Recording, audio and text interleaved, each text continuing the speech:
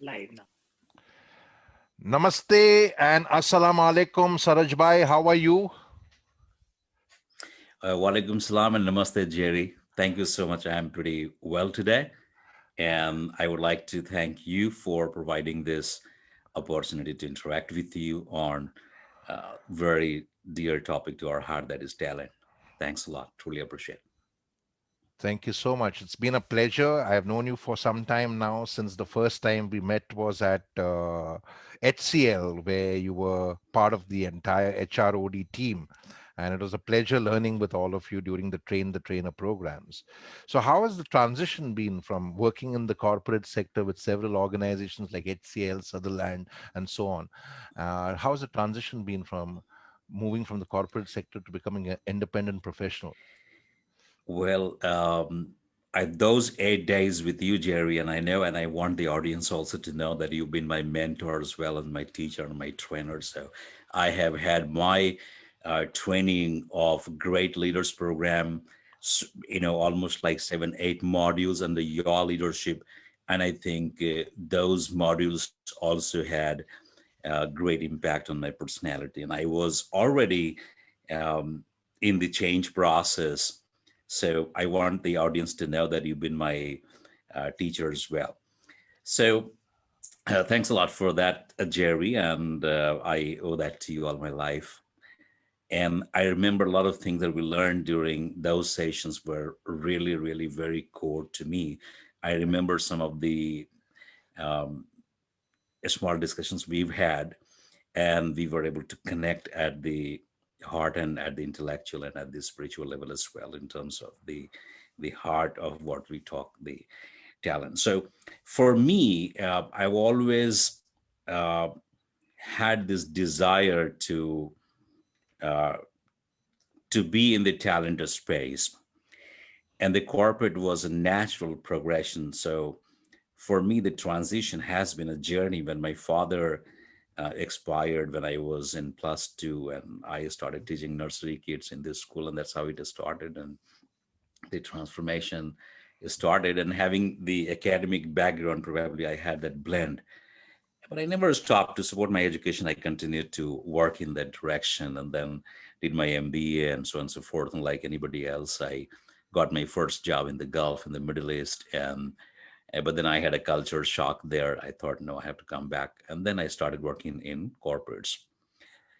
Now, I think the feeling is mixed. I was too deep into the belief that everyone has inherent talent and potential. And as talent leaders, as OD leaders, as human resources leaders, or as leaders, one of the greatest responsibilities for us is to create that conducive environment where people thrive and they feel happy. They come out, they unleash their talent and their potential. So that was existing for a very long time. But then once you come into the job, you don't get time because you have managerial responsibilities as well. So, but then I had to kind of graduate through learning and development as a function and as a functional lead to understand different aspects of it, and then get into the leadership development. And I did that extensively across levels, across organizations, across industry verticals. And then the Sutherland, I think I was already uh, ready to kind of come out of this and challenge myself, pursue my passion. Right. And that's how it all started. And I think it has made me a free man, and I have the liberty to express my, um, gratitude, express my thoughts, express my feelings, express my learning, and look at the world the way it should ideally be looked at. Right. So I think we all have a responsibility, and I feel that very strongly for a very, very long time. I think it's been very late for me to transition, but I think this is amazing. Right.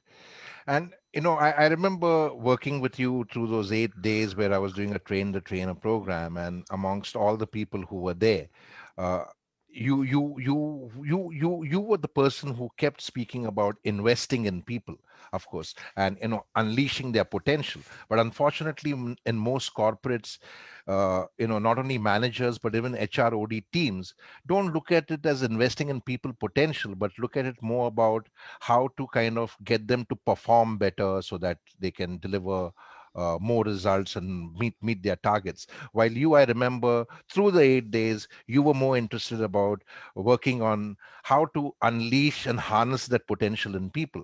And you kept voicing that through those 8 days. So is it easier to do it now as an independent professional? And were there some kind of hiccups that you faced trying to do that while working in the corporate sector? What are your thoughts on that?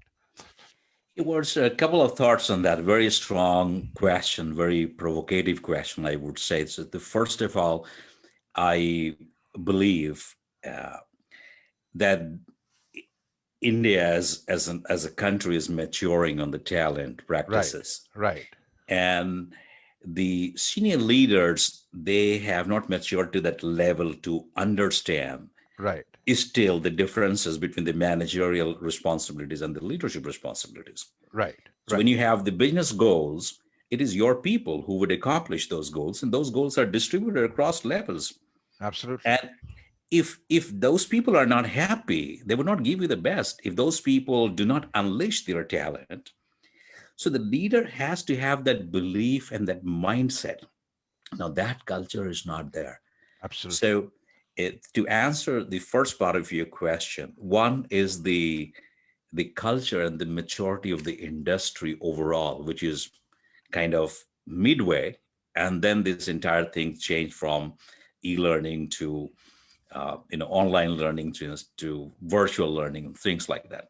Right, The second important element is that the talent leaders themselves need to be very, very convinced and have to negotiate at the time of joining the organizations, understand why they are being brought. While I would also say, as number three, that the CEO are to great extent understand that it is the people who would do the job.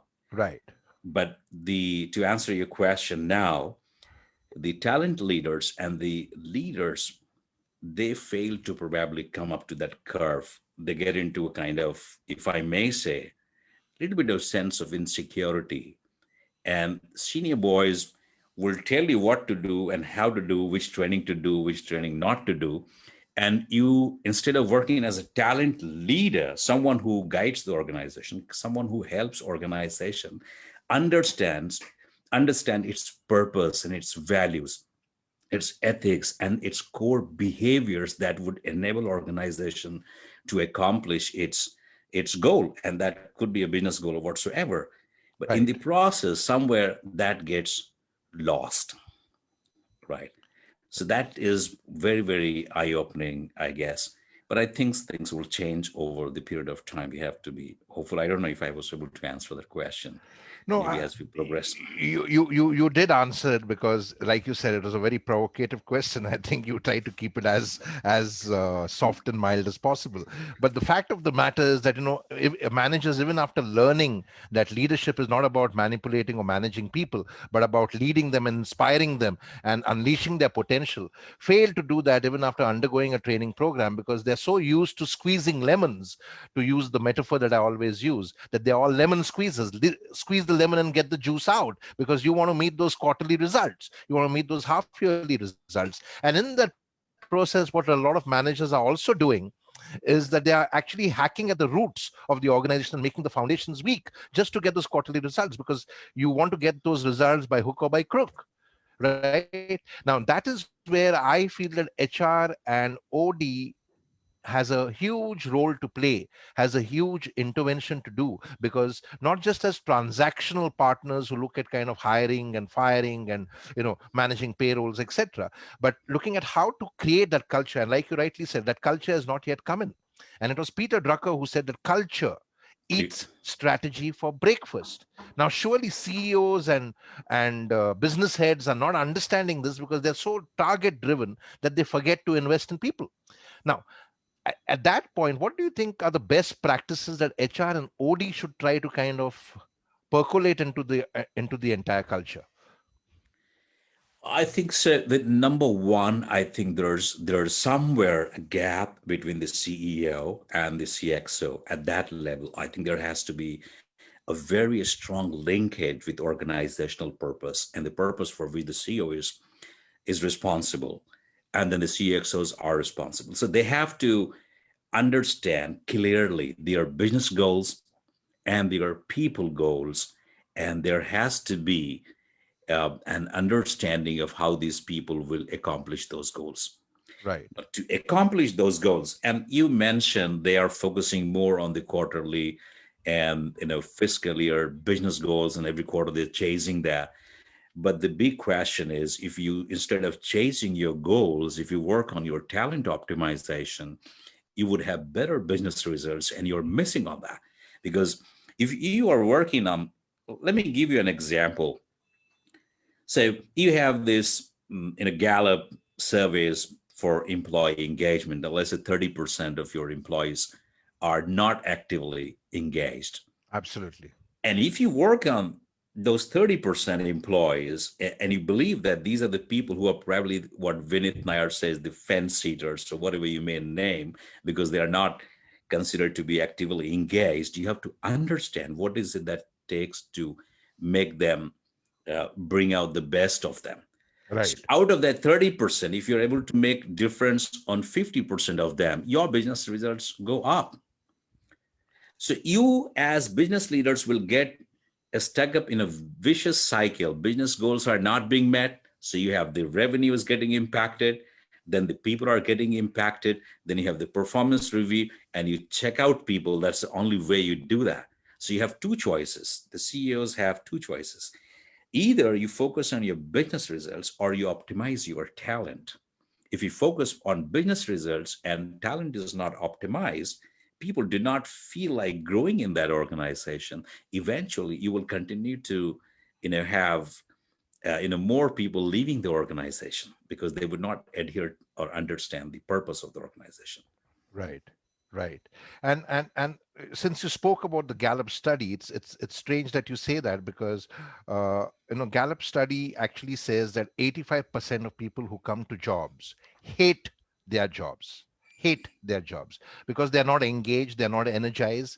Nobody's like investing in their potential to unleash and harness that potential because they're just seen like result deliverers, right? They Exactly. have to deliver the results. Now, unfortunately, most of the appraisal systems which organizations use, and this is where HR has a huge role to play, are very, very archaic, appraisal systems, whether it's the bell curve or the stack ranking or whatever you call it. And those don't focus on people potential at all. It just focuses on the deliverables, whether the results have been delivered or not.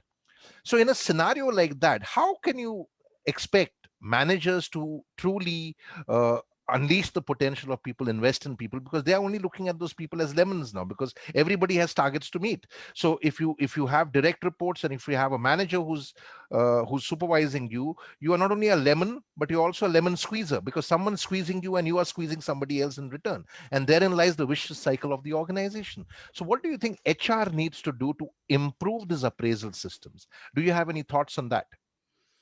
See, it's the appraisal system is a mechanism that gives you a broader understanding of how goals are distributed. So now, to give you a lesser focused answer to that question is when you're designing organizational strategies and when you are designing and developing organizational goals, you Right. have the business goals.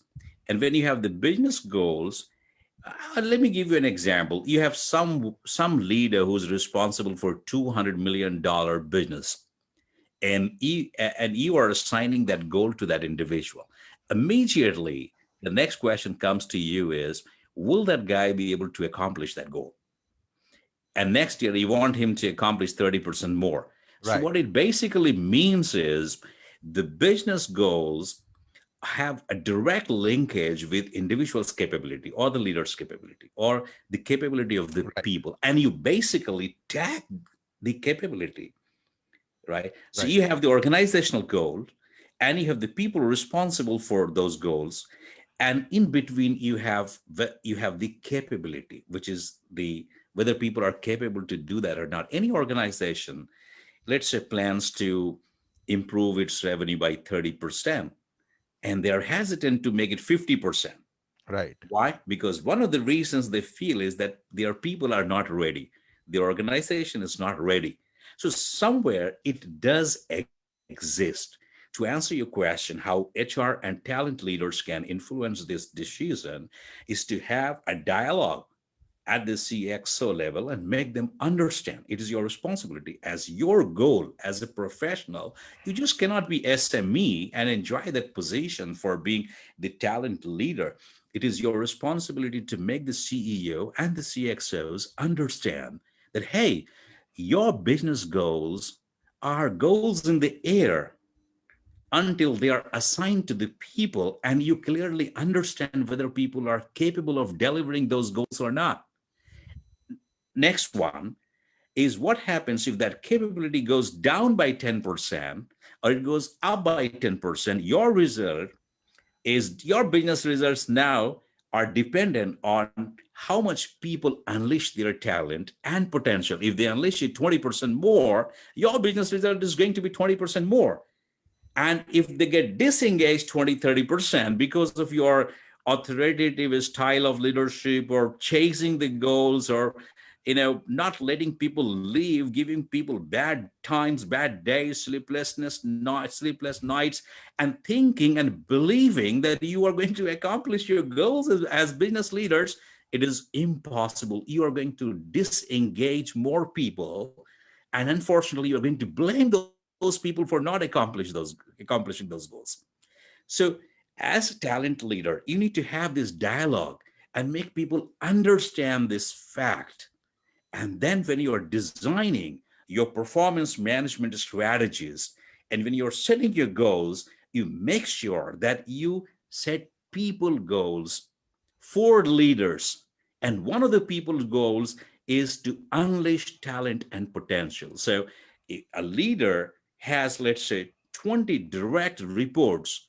Now, his 200 millions are distributed among those direct reports, and this leader is responsible for coaching and mentoring and developing, helping, supporting, unleashing their talent and potential. And, and that's where I call it a trap. Leaders sometimes go with the assumption that they have hired the best people and they would do the best job and they will accomplish the goals. They do not understand, or probably they forget the reality that the best of the best need coaching and mentoring. CEOs does. So when you believe that CEOs need coaching, why don't you believe that the people below you also need coaching? Right. So, to sum up this discussion, I think the talent leaders and HR leaders have the responsibility to play a very important and vital role in designing the organizational performance management strategies and goal setting strategies and build people component into it so that the leaders become responsible and leaders can directly see the business results based on developing the capability of the individuals. So they believe that, yes, I worked on Siraj. He was missing on customer orientation. So I worked on him, and here's the result. He Right. needed my coaching, my guidance. And here's someone who was missing on business strategies. And this is how we made him, understand what business strategies are. And he did pretty well. Now, this is and I tell you, the day the talent leaders and HR leaders are able to convince and build this system, they are the successful uh, HR and talent leaders, and I'm sure industry will appreciate. That's what is expected out of the out of the job of the talent leaders and HR leaders. They in today's world they cannot just be doing the support function work and waiting for someone to tell them what training you need. But unfortunately, whether it's the US or UK or India, uh, HR and HR people see themselves more like a support system and transactional managers, doing the hiring and firing, like I said, and whatever else comes in between, the payrolls and the incentive plans. But they don't see them as truly kind of creating the systems that you spoke about. Because, I mean, there's no rocket science in this, right? That if you enhance people's potential and enhance their capabilities, that will directly impact the culture of the organization and the result of the organizations. So what is stopping HR and people in OD from doing this? What is stopping them from doing this? What is the reason it's taking so long? Because it's not rolled out. Fortune 500 companies don't have the systems. PSUs in India don't have the systems, because it's more like a boss culture, manager culture, rather than a leadership culture. What are Well, your so thoughts on that? yeah, so I mean, that's a great question. That's been one of my greatest observations in my 20 years of working. I think somewhere, including myself, somewhere we feel suppressed, a little bit of deprived, a little bit of sense of insecurity. We come under pressure when we confront the leaders, senior leaders. We kind of start feeling, we try to understand what they need rather than you tell them what is required for the organization. So that's number one. Right. Number two, to answer your question, the future HR leaders are not going to be like that. Future talent leaders are not going to be like that. What we are discussing is the past, and it is all over. The jobs of the HR and talent leaders, which is the process and systems and tools and shared services, it has already started moving into shared services. And so shared services will take a large part of it. Automation will take the large part of it. Digitization will take the large part of it. The artificial intelligence will take away a large portion of the HR and talent leaders job. Now the expectation from the HR leader and the talent leaders, and I strongly feel that if they do not become the strategic partner to the CEO and to the organizational purpose and vision, they would not be sitting in the organizational strategic meeting also, because then you're not required there. So I think that's where the future lies.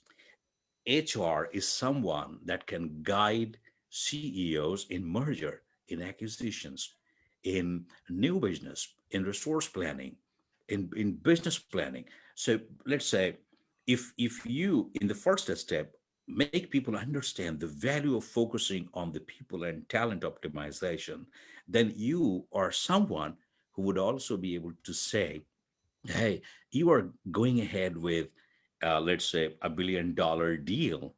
HR can help you understand whether your organization has the capability to do that or not. And if not, then how can we enhance that capability? So you are right. The shift will happen, and it's going to be happening now, then tomorrow. It has already started. So those HR leaders and talent leaders who do not understand where the future is heading, they would be part of the shared services, part of the operations or delivery team. It's not going to be working. And we have experienced, at least in my tenure of 20 years, we know leaders, HR leaders, who have really paid, who have really played a very instrumental role in designing this entire strategy and helping business thrive. So if you look at the business head going for a new business, the first person he would contact is the HR and the talent leader. And I can cite several examples out of my experience how it makes a difference. I'll give you an example, Jerry. I'm taking a few seconds. Yeah, please go ahead. You are going to do a new business in India, Right. and you are going to offshore, let's say, 10,000 positions to India. And these positions are coming, let's say, from some Scandinavian country. The first thing that the CEO of the other organization will ask you is, how would you do the culture shift? How would you prepare your people to support the Nordic region or some of the European countries? Are your people ready? And and remember, if you're not ready with your people, you're not going to do that business. You will lose that business actually. Even if they feel that there will be a cultural misfit, they would not do the business. So HR really has a great role to play. And I feel there's a huge opportunity before HR and talent leaders lying ahead in the future. They have to go a few steps further and negotiate and talk and discuss. And I'm sure things are not away from them. No, I like what you're saying, because what you're saying basically is that HR should be more like counselors to CEOs and CXOs that focus on developing the capability, investing in the potential of your people. Don't just squeeze them like lemons. And yet, I don't see many people in HR, and I'm talking about CHROs, who are doing this, especially in our geography, because, you know, I'll keep using the word that I see more of HR being treated like a transactional function rather than a function which adds value to the business, which adds value to the culture, which adds value to the strategy, right? And like you rightly said, I completely believe that HR can actually be a co-founder in the business strategy, right? Because the strategy, the results cannot be delivered if the people are not capable enough to deliver those results. It's a simple thought and a simple thing to understand. So, what is the reason that HR is not moving towards being those trusted counselors for the senior teams? Is it fear? Is it the hierarchy? Is it the persona which overwhelms them? What is the reason? Well, I would have two comments here. Number one, not just counselor, they need to be strategic partner. They when CEOs think of their business, they think of the business and their people. When they Right. think of the people, they should think of their HR leader and their talent leader. So that's the kind of perception that the talent and the HR leaders need to build in the minds and hearts of the CEOs and the chairmen. And believe me, they understand it. When they hire people, when they hire CXOs, they hire for their capability. They don't hire for their business. They're True. going to hire, the senior vice president. They hire senior vice president because the senior vice president brings on table the business acumen, the people capability, and the business capability and business development capability. So it is the capability that is being sold, that is being, whatever. So I think that's number And one. I want to interject that there, because I sit on some interview panels, right? And what I do on interview panels when HR invites me is I purely look for character, right? I don't look at the degrees.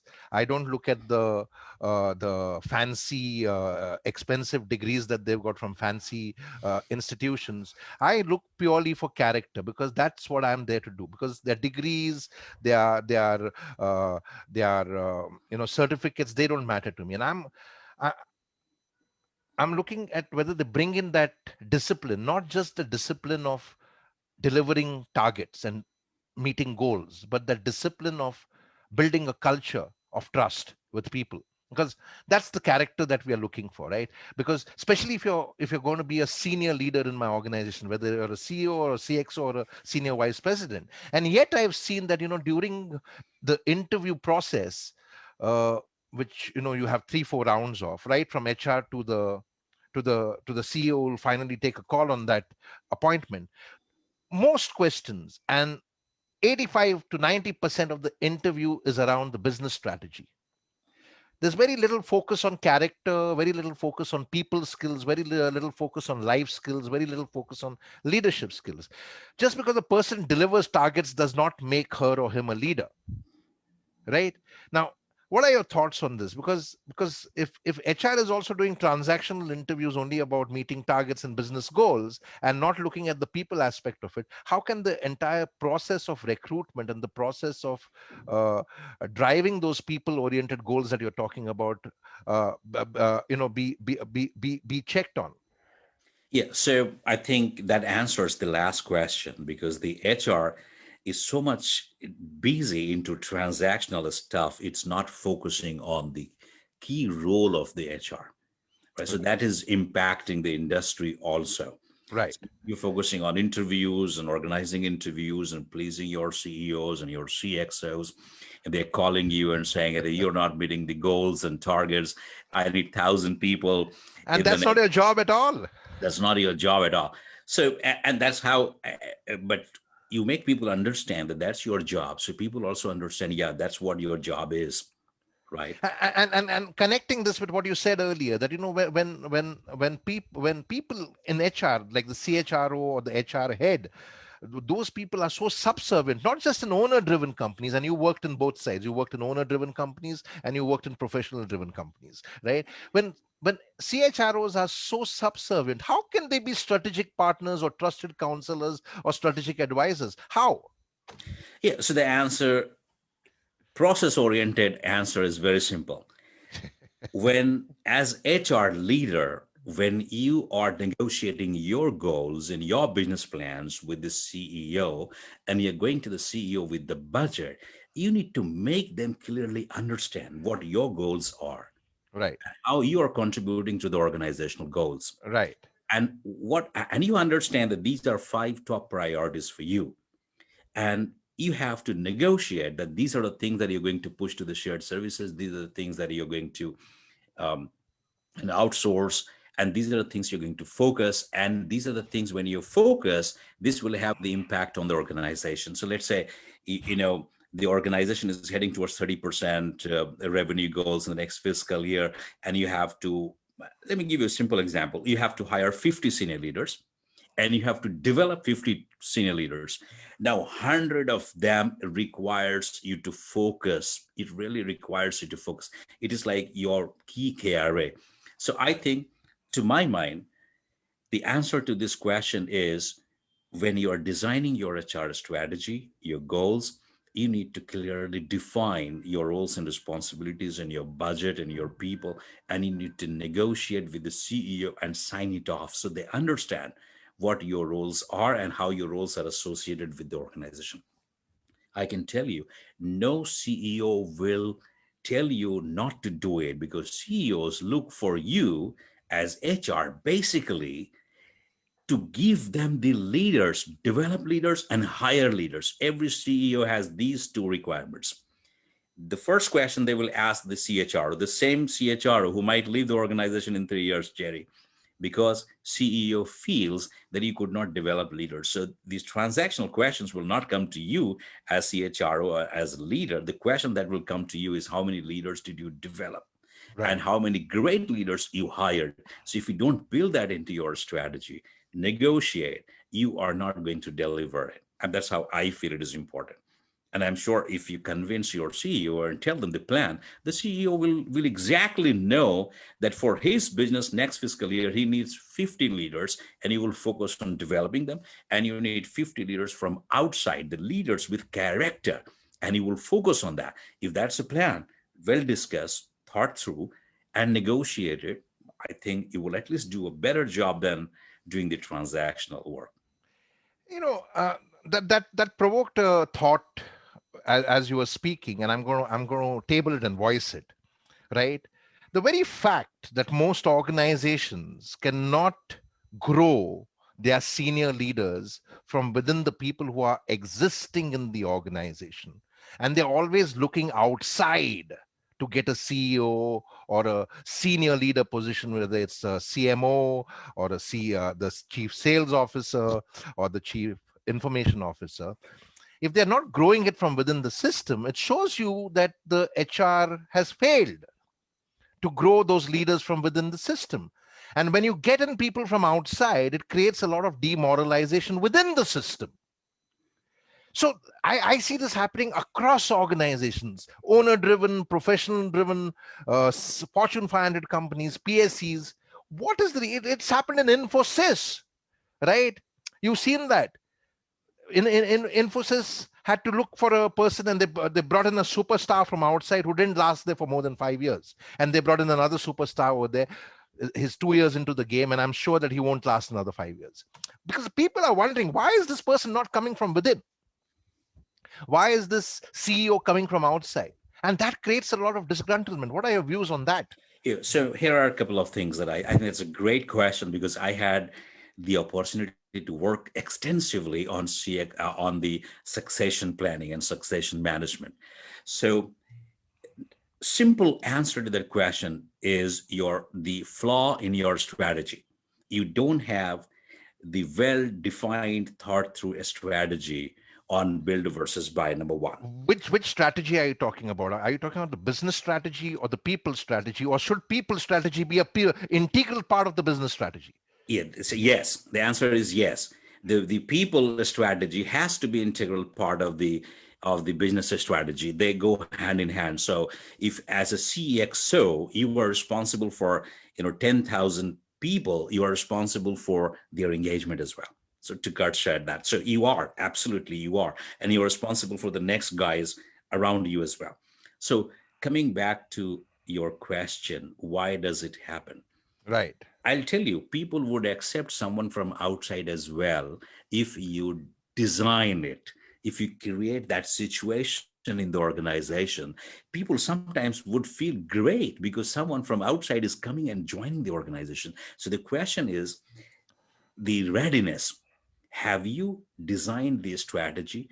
Are people aligned to that strategy? Do people understand why you are hiring someone from outside, why you are building people from inside? It is all when people do not understand your strategies that things go haywire. Now, coming Right. back to your question, why it happens is if your strategy says that over the next 2 years or 3 years long-term plan, this is where we have to reach, we need a person like this for this position, and we need someone from outside, people will accept. Believe me, people would accept. People would get troubled when they're not clear about their strategy. And this primarily happens because you don't have a sound designed succession planning program and succession management program. Number one. Number two, if you have one, if you don't have the the development strategies, you have to develop people to take over. It's not easy. CEOs need people who can take over business and take over business to a next level. In corporate we say what has taken us here will not take us there. So it is about people, right? So I think what we practiced something called build versus buy. And I think that originated from Infosys. But I was a big believer of that and we practiced that. So let me give you, if the CEO says, hey, look, all managers, 80% of them need to be developed internally. And this is your people goal. And believe me, I don't talk about training. I don't talk about learning. I don't talk about virtual blah, blah, and all those, processes stuff. The talent leaders and HR leaders need to impact at the programming level, at the DNA level. They need to impact there. So if you say that, all right, for all senior leaders, our attrition, let me give you an example. Our attrition at the senior leadership level is 30%, 90% of them to be developed internally. And this is your people goal. You miss this, you don't get your incentive. You miss this, you don't get your paycheck adequately. So you have to first, as HR leader, build that strategy and formalize that as part of the goal. Now, one CXO has 30% people leaving, and he has to fill up 90% of those positions internally. And he is accountable for that to the CEO. And this is what you do as HR, as talent leaders.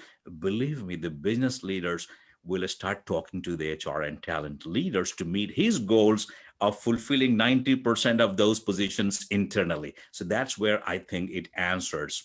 You have to drive it at the strategy level.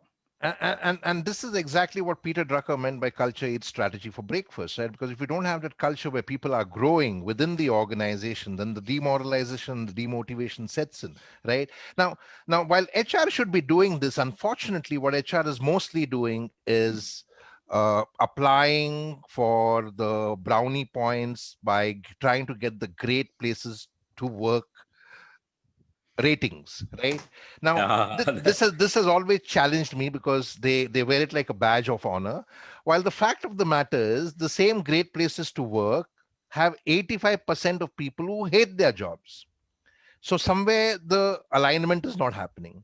If you look at the great places to work, which they passed out with flying colors, because of which they've got the rating, which is just a process. You go for a workshop, you understand how to get the ratings done, and then you probably get your people to fill up those ratings at gunpoint, or with the fear of appraisal, right?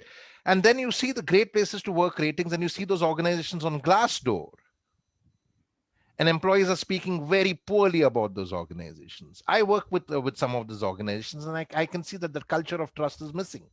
Right now, the CHRO is fearful about speaking their mind in front of the CEO, like the CEO is some god on a Exactly. pedestal. Right now, that subserviency is not helping to build a culture of trust, a culture of learning. Because, like you rightly said, even if you have just 200 people in an organization, HR cannot percolate that learning culture into that organization until and unless they create a mentoring pool. And very few organizations have a mentoring pool where people are trained to be mentors, because people use this word mentor without any substance to it. Right, they don't understand the aim of mentoring, because mentoring is not only a science, it is an art and a craft. Right, I have an entire book and an entire learning program on mentoring. Right, and very few organizations have a mentor panel and have that buddy program, as we call it when we design it. Right, because we even get the word out of the word mentor out of there. We call it a buddy program, that be a friend, be an associate, be an accomplice, be a collaborator. Don't be this manager who's creating toxic work cultures. The truth of great places to work is that all these great places to work have toxic work cultures. And these toxic work cultures are created by managers who people report to, because those managers are busy squeezing lemons to get the juice out of the lemons. Right, and they are being squeezed by somebody else, and yet they call them great places to work, while that learning culture which HR could have percolated into the system right from the top to the bottom is far behind. What are your thoughts on that? See, there are two things, and I think number one, the HR needs to understand that it is not their job to create learning culture. It is not their culture. It is not their job to unleash talent and unlock potential. It is not their job to get the mentoring going on and the coaching going on. No, it's not HR's job. And if HR, till the time HR feels and talent leaders feel that it is their job to please employees, it is their I, job. I like what I like what you're saying, and I'm going to intervene here. First of all, we have JC Desai who's joined Yeah. us. JC is from Tangram, which is our consulting firm, and they are our partners in the great organizations Affirm Learning Gold Ratings, as we are calling it. So that's JC Desai for you. JC, that's Saraj, Hi, Saraj. senior talent Jesse, leader and HR leader. And what I was going to say to you is that you're saying everything I want to hear, but it is not happening in the culture, is what I was going to say, in most organizations. Because the truth of most organizations is it is not HR's job to percolate that learning culture. It is the job of OD, or learning and development. But unfortunately, in our geography, in the US, in the UK, OD reports to HR. So OD, which should have been investing in people and building that learning culture and a culture of percolating mentorship right down to the last mile, is subservient to HR. HR is subservient to the CEO, and the CEO is yeah, subservient to the board and the shareholders. What are your thoughts on that? just two quick comments on that. Number one, the entire learning, development, succession, mentoring, coaching, engagement, it's not HR job.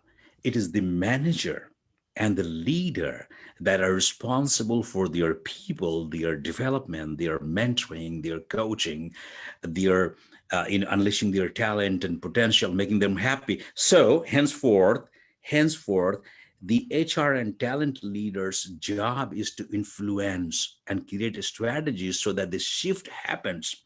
To answer to your second question, this is this cultural shift that we are talking, and that's why you and I are probably discussing, and it will be discussed more and more. So that shift has not happened. It is an endeavor. It's going on, but believe me, the great organizations and great leaders who are doing well in the business and for people, who are inspiring, who are remembered by people, are the leaders who are actually mentoring people, who are coaching people, who are responsible for people for their development. So the HR has to understand its job has already changed today, and Right. what they are doing will go to the artificial intelligence and shared services. Their job is to There, bring an there impact you are. at the Because DNA level, at the programming level. They have to program. so that things start functions. Right. You program your computer and your system in a way how it would function. So the HR and talent leaders have to impact at the program level, and that's how it functions. That's how And something comes. I'm in complete agreement with you that even the learning culture has to be percolated through the respective managers at all 100%. levels. Yeah, 100%. That's the goal. but someone has they are just using titles like chief mentor and mentor in residence, but somebody has to teach them what mentoring is. No, Yeah. So that's what. comes back to learning and development, and learning and development is not doing that, because learning and development is treating training and coaching like a tick in the checkbox. So I'll tell you, that's why I went back and say that you have to create that strategy. And I'm sure I can name this in Sutherland Global Services, along with head of APAC Anil Joseph. We built the strategy of build versus buy, and the goal of building internally 80% was set. And manager said no other option than to develop people. And the internal the internal fill rate went up from 20-30% to 70-80%. So Absolutely, I'll tell you, absolutely. I would strongly. Sutherland is my client. I work very closely with Ashwini, who's the HR head in India, and I know what you're talking about. But what I'm trying to say is that if learning is kept under HR, because in most organizations where I've engaged, and this include almost 90% of the Fortune 500 companies, I have proposed time and again, separate the two functions. Few Yeah, organizations have that's done it. that's the organizational structure. So that's another I've area said where. separate. Let HR remain as they are. Let learning and development purely focus on people, training those managers to move from being managers to becoming mentors and leaders. I think that is the need of the hour. What are your thoughts on that? Yeah, so my thought is very simple. I know we are on, running on time as well. It's very simple. I'll tell you, we started with the discussion of, maturity level in terms of people are confused about the learning and development function, training and development function, talent management function, then succession planning and the OD. This entire fraternity themselves are confused, and they're Right. confusing business leaders more. CEOs get confused more, so there's no clarity. And many organizations have the talent functions organization in different ways. Somewhere L&D is taking care of talent, somewhere talent is taking care of succession.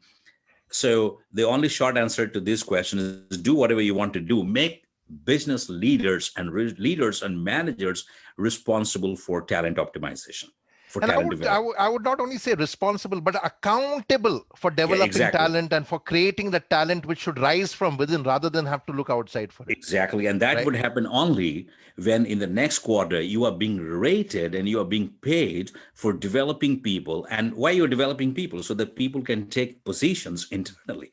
Right. And when people take positions internally, and that's your throughput. So that is Right. how you will be measured. So the people results, how would you measure? See, you cannot measure how much people have learned, how much people engaged. No, you are a leader. You are responsible for 10,000 people and your attrition is 30%. 3,000 people are done. So out of 3,000, let's say 1,000 team leads and above left the organization. Out of 1,000, did you hire 800 of them internally? If you hired 800 of them, 80%, you meet your goal. If that is not built into the system, it will not work. So Absolutely. my take is that the flaw is in the system, in the strategy. And if you discuss a strategy at this level with the no CEO on this planet will say no when you tell them that your attrition is 30% and your people goal is 80% of them should be hired internally. Now go out and inform 200,000 of your employees that, hey guys, organization has decided to give you career growth, learning opportunity. Because end of the day, if they don't progress in their career, if they don't get promoted, if they don't take the next level of job, it is They will all leave. useless. So you can go back after that strategy and tell your entire employees that, hey, we've decided for every single position we will hire people internally, and 80% is the goal for your leader. Very true. And That's sound. I completely agree with you. And that sounds like a good strategy, because then you're making it an important part of every manager's KRA to develop Exactly. those people who can fit into the next big role because people have moved out. And You don't worry about development. You don't worry about development. I'll tell you, if next 6 months your attrition is 20%, and you know that 80% of them need to come from internal resources, right, the manager will get activated. They will go back to the HR. They will go back to the training. They will tell me these three people are ready. I want them to be mentored a little bit. Then your job starts. So that's the other way around. That's how you shift. right, That's how right. the paradigm shifts. And that is what will happen. And that is how it would happen. There's no other way. That's the Absolutely. way. The way you chase your business goals on revenue, the same way you chase this, else it will have the impact. Now, the question is, you need to convince CEO, CEO and head of businesses the linkage between the business goals and the people's goals, and you need to provide 2 3 point strategy that will convince them and give them the differential advantage. And next year, on the when the results come, people will say, hey, our revenue and profitability is 20% higher than our competition because we retained people. Absolutely, Those are and you the, save so much on recruiting and developing, and save the big cost you save is also the cost of demoralization. yeah, hiring Where- 1,000 people, yeah, taking 1,000 people internally, and one person cost is how much, plus the enculturation cost and things like that. So you absolutely, can actually calculate the ROI. And that's when I say, no, the talent leaders and HR need to focus on these strategic elements rather than focusing on training calendar and what training to be done and what training not to be done, how mentoring to be launched. Your mentoring will not, in the industry, mentoring program is not successful. Because if Siraj or Jerry are responsible for 5 people and they have to get them ready in the next 6 months of time to take the next level of role, else they lose their incentives, or they lose their goals. Believe me, the Siraj and Jerry will come to you, the talent leader or the HR manager, say, hey, can you help me with mentoring? That's absolutely. when it will That's true. happen. That's That's true. when the And employee will feel good, because employee knows what it is, the manager knows what it is, you know your role, and you change it upside down. I think absolutely. I'm a big one on this, I tell you. I like that thought, and I'm going to end on that note because that's exactly what we are trying to do with the goal ratings, which is percolate that learning culture. Because I'm a firm believer that no place can be great to work because managers create toxic cultures, and HR or people in OD cannot control how managers behave with their employees, with their direct reports. But what HR and learning and development can influence is the way that you create that learning culture where the manager comes to you, like you rightly said, and says, hey, can you Yeah. teach me mentoring skills, because I need to develop people. That's my accountability, that's part of my KRA. And to get your insights on this, on the ratings, is where JC comes in, and I'm going to take a backseat and become a fly on the wall now. Over Oh, to you, JC. oh, sure. Thank you, Jerry. JC, Thanks, hi. Saraj, for joining us and sharing your thoughts. Just to continue, before I get into specific questions on our thoughts around the survey, just my thoughts on what you said about HR is so the learning programs are conducted by the leaders, but isn't the HR the one who decides the culture of create that learning opportunity, create the culture in the organization? Isn't it the responsibility of the HR? Would Well, the answer is yes, but then the focus that I'm trying to shift is, you need to first clarify your goal and your purpose and your strategy. That should trigger the learning culture. Learning culture should not influence the business strategy. Business strategy should instigate or should influence the learning culture. It should be the byproduct. So if you decided to uh, you know to double your revenue, and you not double your number of people, rather develop the capability, so that business strategy should lead to designing a learning culture strategy. And that's the only point that I'm trying to make. if it is technical learning, I would agree with your thought. But if it is, say, soft skill learning, I still believe that HR should create that culture of learning, even if it is soft skill. Yeah, exactly. But the question is, why would HR do that? So there are two ways. What you're saying is exactly correct. but let's say organization decides to build the culture of coaching in the organization. Now, why would organization do that? Organization would do that because organization believes that by developing coaching culture, leaders will start having great coaching conversations with their employees, and that would help employees do their job better.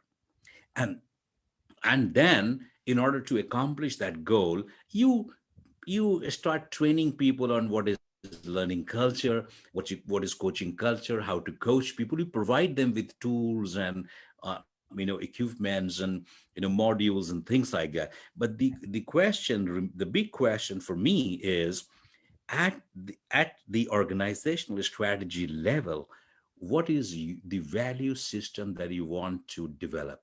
If you want to build Mhm. the coaching culture as a value, then you develop that learning culture Okay. right from the top. Similarly, when it comes to HR and talent leaders doing leadership programs, why would they do leadership programs? They would not do, and if they do, they would never be successful. The approach that HR and L&D would take from the bottom to do something good around learning and learning culture and training and development, it's not going to work. It's going to work only when the business and the organization feels that in order to be successful in our business, in order to meet our business goals, we need excellent, let's say, communication skills. To give a very simple example, then you build your strategy of developing learning culture around that. Now, what we are talking about is the learning culture reference to the Peter Senge. That has a different meaning.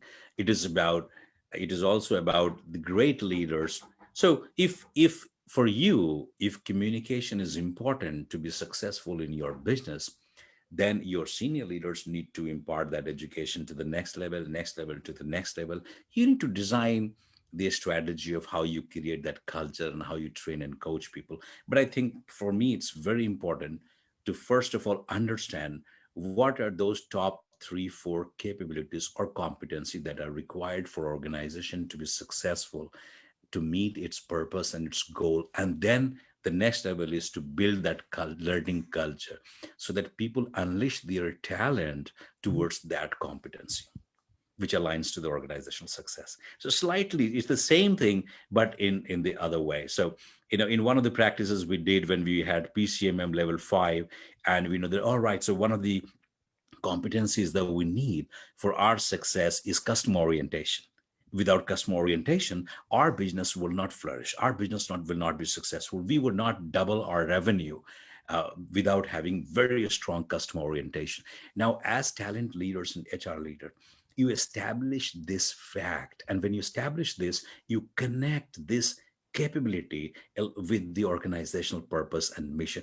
And then you work on developing learning culture where people talk about customer orientation, they learn about customer orientation, senior leadership shares about customer orientation, and the whole entire gamut of learning and development hovers around that particular competency. So a Right. little bit upside down, and that's what the future is.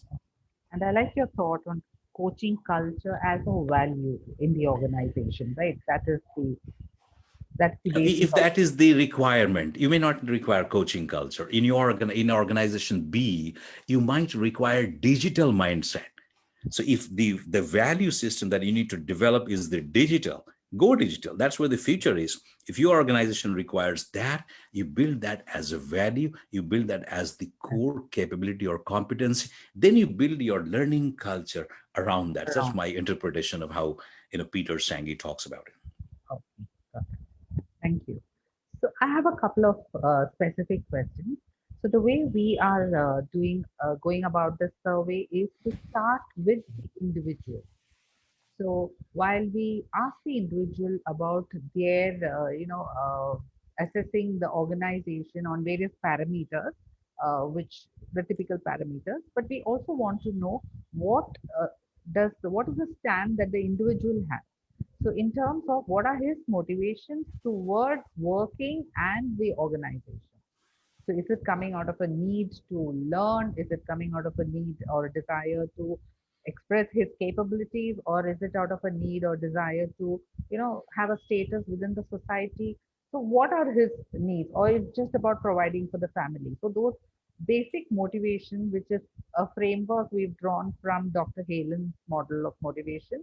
So we use that as the first step to understand the individual, and then move on to the individual assessing the organization on the typical parameters, that we have on to assess a company. So what is your thought on that? So we approach the person first, we put the individual first. So what is your thought on that idea, that we are, that's the way we are approaching this assessment of great place to learn?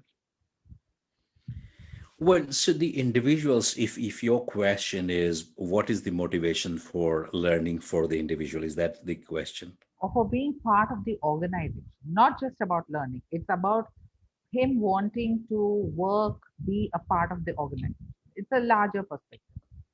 All right, so that's I think that's a good question. So I think for based on my understanding and my learning over the past several years, I think what would motivate any employee is number one, this sense of job security. I think that's very important because the first thing you need is, and job security would mean how you exist in that job and how you survive in that job, how you meet the basic level of the job requirement. So that gives you kind of, satisfaction. So that's your motivation. You want to develop, you want to grow, you want to learn because you are in a job, and whatever your responsibilities are, you want to do that better so that you have a contented job life and you can strike a balance with your work and your personal life. So that's the first thing. When you meet the first level, and I'm not getting into the Maslow's, but definitely for employees, the motivation would be because this will sustain for some time, but then everyone wants to grow and develop, whether you express it or you don't express it. So the individual should be able to see through the career path, number one, and number two, a conducive culture where he starts believing that this is how this organization functions, and I have a future in this organization, and there are people who have developed and have thrived in this organization.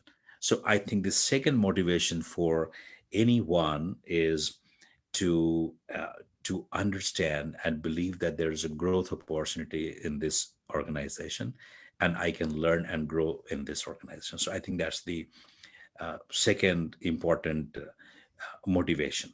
And I think the third motivation for me is the the organization image and organization itself. So whether you, as an individual, you believe that you're working in the right organization, the organization which has plan, organization has good strategies, because when you go back to your people, you tell them proudly, a small or large organization, you tell them I'm working in this organization and I'm happy about it, because you somewhere you want to feel good about the organization. So I think the organizational the motivation for anyone at number three is organization, and what it means is organizational policies, process, values, purpose for which every employee lives. I think that's another important motivation. And like many others have said, I think I wouldn't say that pay is always the key motivation, because people with very huge salary also leave organization because they don't feel motivated or connected with the purpose, or they might break at the first level, which is the subsistence level, or the second level, which is the growth level, or the third level, which is the organization itself. They don't connect with the organizational purpose and mission, and they eventually leave the organization. So I think these are three key important motivation factors for an employee. So I had another thought, which is, if I go one step backward in terms of his motivation and look at his motivation towards life itself. And if he's a person who is, in life wants to gain status and recognition, then he's the person who would anyway, hop jobs because he's looking for a higher salary, because he's looking for all the traffic of that the money can buy.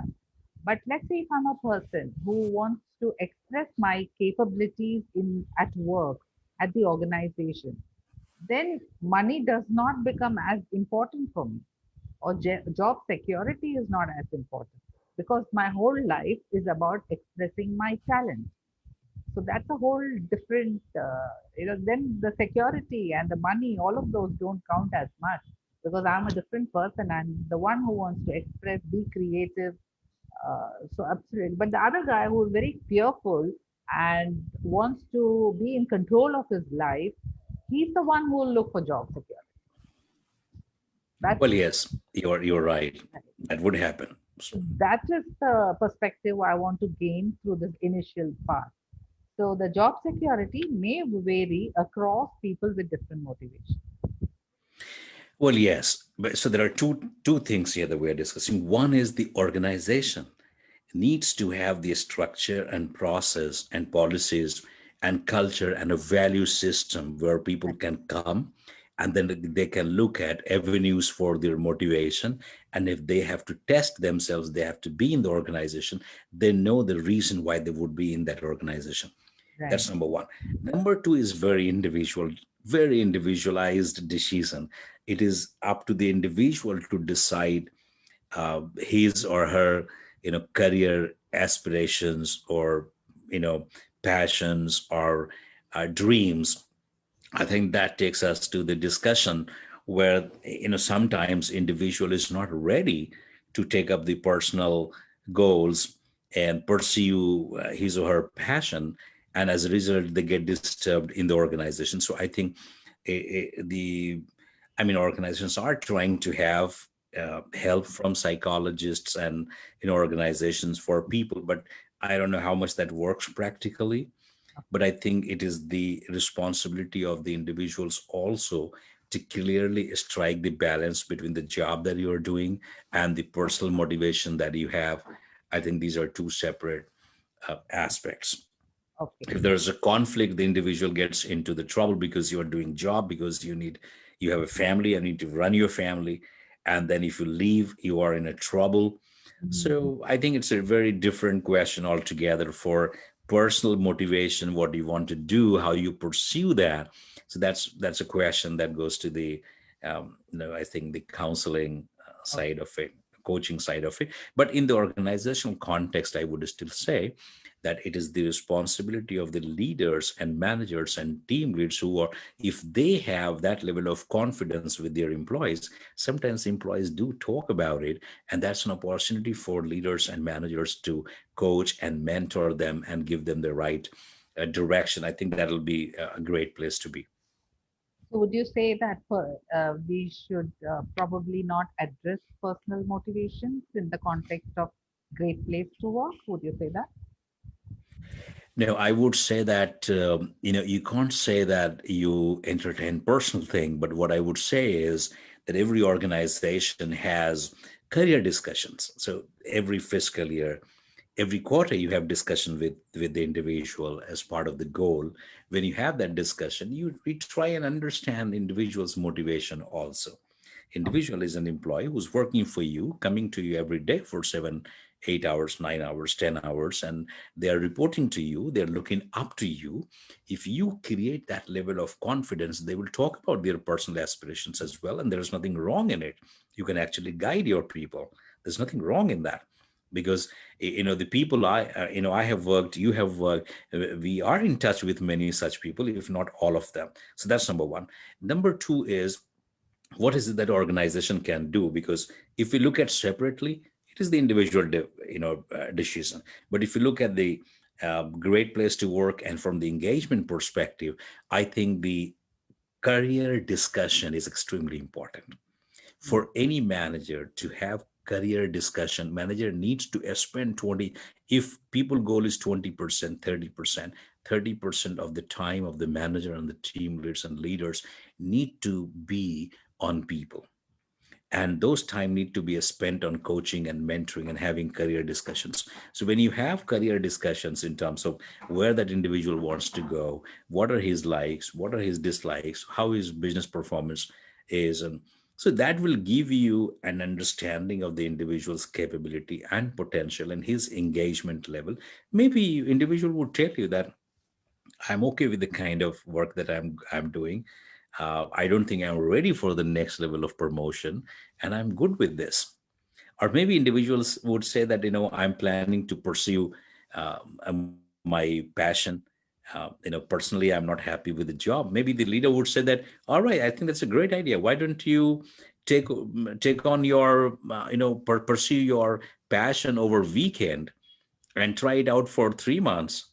I Mhm. mean, and if the individual succeeds, individual can easily leave the organization on a very happy note.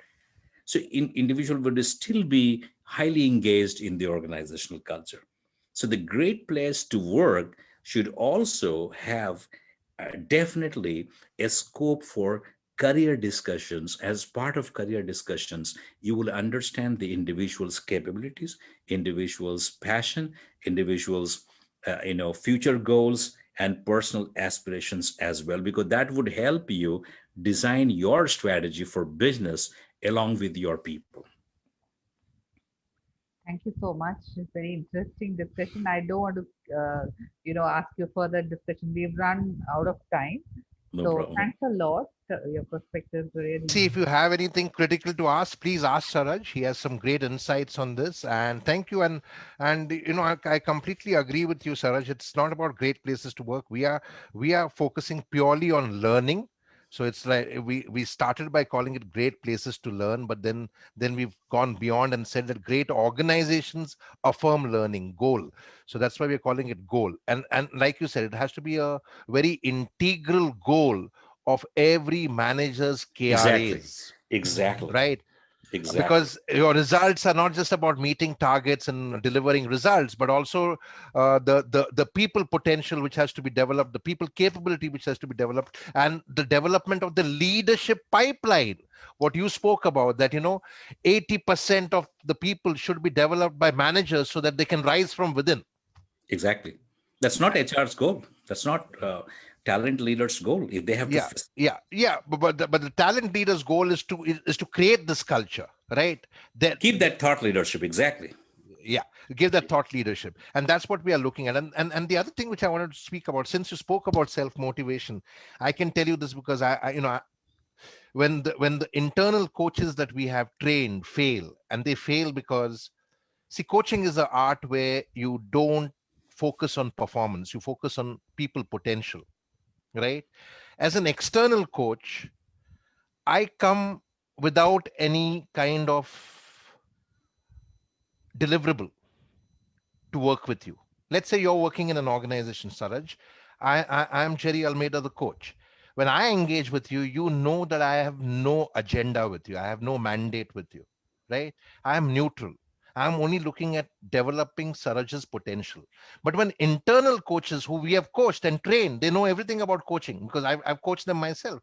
But when they engage, the employees wary of them because the employee is now trying to figure what different way is this guy trying to squeeze the lemon now. And invariably, internal coaches go beyond coaching and start advising people because they are trying to figure out how to squeeze that lemon somehow, right? Because they are looking only at results. And that's where internal coaches fail. And that's how the external coaches get called in again. And what I've noticed is many people are unhappy with their jobs because they feel like they're doing menial jobs like minions. And one of the things which really helps them to keep their motivation and their self esteem and their enthusiasm and their energy high is I tell them that, see, you have to do a job, like you said, you have to pay your bills, right? Till you get another job, you're stuck with this Hari Sadhu that you're working with. But, and right now, the job market is such that there are no jobs out there. And I tell people, what are the other things that you can do to keep your energy flow high? And one of the things which is really working well for many of my coaches is because I'm so inclined towards social issues. A lot of them have got inspired by the story books that I give them, the Karmakari books, because they are stories of ordinary people who are doing great things. And many of them have started volunteering. And now in the past 3 4 months, people have sent me reports that, after starting volunteering and starting working with children and other projects, my job is okay. I have no problem with it anymore. And unfortunately, organizations have not again created a volunteering culture within organizations. The entire concept of volunteering is just to do something, go and visit a project and come back. No, you have to really give of yourself, right? It's not about giving a little money or giving a few newspapers and news clothes. So I wanted to share that insight with you before wrapping up. But JC, if you have any more questions, we can extend our time, because the idea is to get Saraj on board. Okay. Okay. But just on the Yeah. last one on the coaching, I think Jerry would agree that the coaching does happen and it will happen. It exists in the system. People do it. They do it the wrong way or the right way. That's not clear. That's where the problem is. Number two is, one is the ideal place to be, which is the idealistic based philosophy. But if you build this into the organization culture, you become pragmatic and you become realistic. In Right, organization, right. if it is organization, you have to build this into a system, into the process. While when you're outside, Absolutely. we talk about It coaching as a personal responsibility, as a divine thing, which is okay. Coaching is happening, but how it is happening, you're not doing your job. You don't know how to do that right. job. And every opportunity in the coaching, you are damaging and disengaging, and you are impacting organizational revenue and productivity. This Yeah. is the discussion the HR leader needs to have with the CEO and build coaching. And I'll tell you, it goes back to what is the result that you're expecting from the managers and the leaders as the result of the learning intervention or learning culture or talent optimization. If that goal is not measurable, it is not going to happen. And that's why I say you need to have a build versus buy strategy. You need to be able to see the people Absolutely. impact. I completely agree with you. And yes, the coaching culture has to be built, and coaches have to be very, very strictly uh, explain that coaching is not about giving advice or suggestions or force fitting your thoughts onto them, right? Coaching is simply about making people think better about their own thinking, so that they can improve their thinking. And with their improved thinking, they will find ways to unleash their potential and perform better. But people Exactly. don't And that understand that performance is a manifestation of potential, not the other way around, right? exactly. So that's But what. when CEO asks the CXO, the senior vice president, hey, you need to coach, mentor, and prepare 10 leaders under your business vertical. Now I'll tell you, they would take a different turn. And that's where Yeah, the ball absolutely, game is. absolutely. And you actually gave me that great insight today, that make it a part of their KRAs, which is the key factor which has to be factored in. So thank you for that, Saraj, and over No to you, problem. JC, if there are any more questions, right? Yeah, just one thought, one question actually. Any other, so we're covering learning aspect of it. Okay? Any other complementary attributes that we need to keep in mind to include in this to understand the goal, Understand what goal? the organization that affirms learning. So while we are covering all attributes under the learning aspect of it, is there anything else that we also need to include in this survey? Any other attributes besides learning? See, I would go back and say that build it into the organizational culture, into the organizational strategy, and that is how it would work. So if organization needs these top five capabilities in its people, Mhm. and to be successful in its purpose, in its goals for the fiscal year, you need to build that into your learning strategy or in your engagement strategy, which is engagement is a motivation. I don't know if I'm able to answer the question, but I this is how I thought it is. Let me go with that. Yeah. Okay, that's it from me.